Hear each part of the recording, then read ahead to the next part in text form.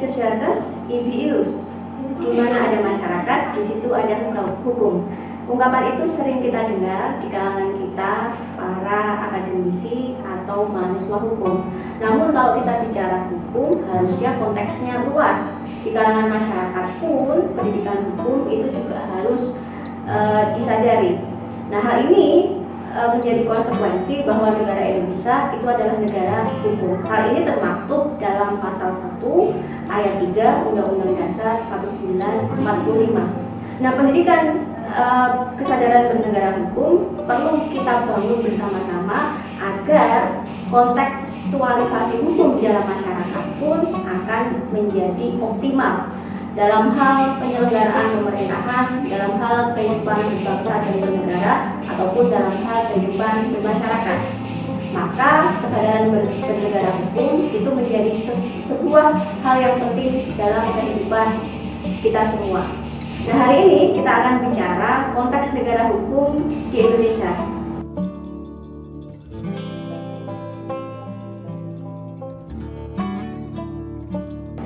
Pasal 1 ayat 3 menegaskan bahwa Indonesia adalah negara hukum, membawa implikasi dalam setiap tindakan pemerintahan ataupun tindakan masyarakat itu harus berlandaskan pada hukum. Hukum dalam hal ini dalam perkembangannya ada yang berasal dari masyarakat yang sifatnya tidak tertulis, yang kemudian tumbuh dan berkembang, yang ditaati oleh masyarakat itu. Nah, seiring berjalannya waktu, hukum berkembang untuk membatasi kekuasaan pemerintah agar tidak bertindak sewenang-wenang. Hal inilah yang sekarang kita lihat bahwa hukum itu memiliki beberapa tujuan.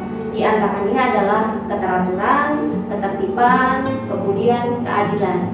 Nah, lalu bagaimana konteks negara hukum di Indonesia? Kita akan bahas bersama-sama. Nah, negara hukum di Indonesia itu membawa implikasi bahwa hukum itu menjadi sumber dari segala tindakan pemerintah maupun masyarakat. Nah, oleh karenanya kalau ditinjau dari perspektif hukum tata negara, ada dua sumber hukum yang kita kenal. Yang pertama adalah sumber hukum formal dan yang kedua adalah sumber hukum material. Kalau kita bicara sumber hukum formal, itu berarti sumber hukum ini dilihat dari bentuk formalnya. Nah, sedangkan kalau kita bicara sumber hukum material, hukum di sini dilihat dari materi atau isi dari hukum itu sendiri. Nah, bicara sumber hukum material ada beberapa contoh. Sebagai satu contoh misalnya ada pandangan hidup bangsa atau falsafah hidup negara. Kemudian juga ada kekuatan politik dalam masyarakat.